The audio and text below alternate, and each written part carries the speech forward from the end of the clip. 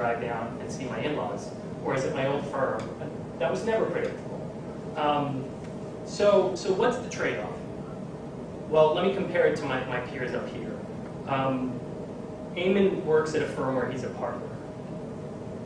What I don't have that he has is I don't have the flexibility to take the type of cases I want. I can't pick and choose who I want my clients to have. I can't sometimes do the high-profile work that he can seek out for. And I'm not my own boss. I'm an employee of a very large company, and I'm subject to the whims of that company. Otto teaches law. I don't have the time to spend true dedicated time to think hard about a tough legal issue. I teach people, but I don't teach people like he does. And so I'm thinking more about just how do I mitigate risk. So I'm not doing that. That's a trade-off.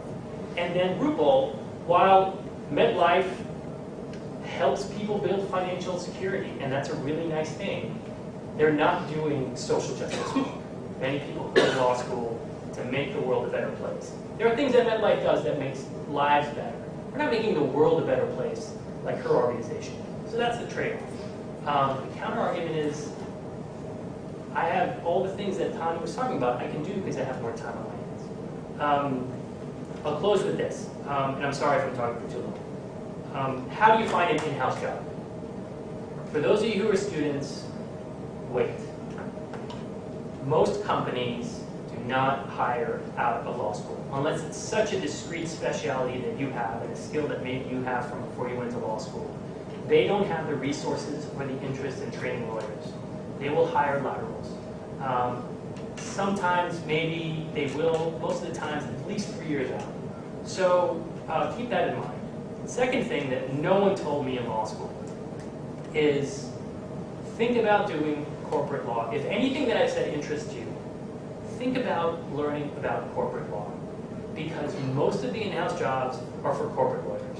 And the most rewarding work in-house can be corporate work. Litigation, you're saving them money. You're not building money. Corporate lawyers build money for companies.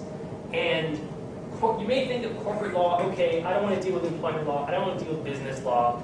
But when you look at all the job postings, they're looking for people with employment law background. They're looking for people with contract law background. You like Human Rights Watch, you want to be on their legal staff, not doing programming, but being the lawyer for Human Rights Watch. They want people who can do employee contracts.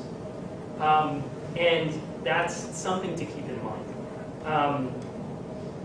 So I'll leave it with that. In particular for the students, just start getting to know people who work in various in-house positions. See if what they're doing is of interest to you.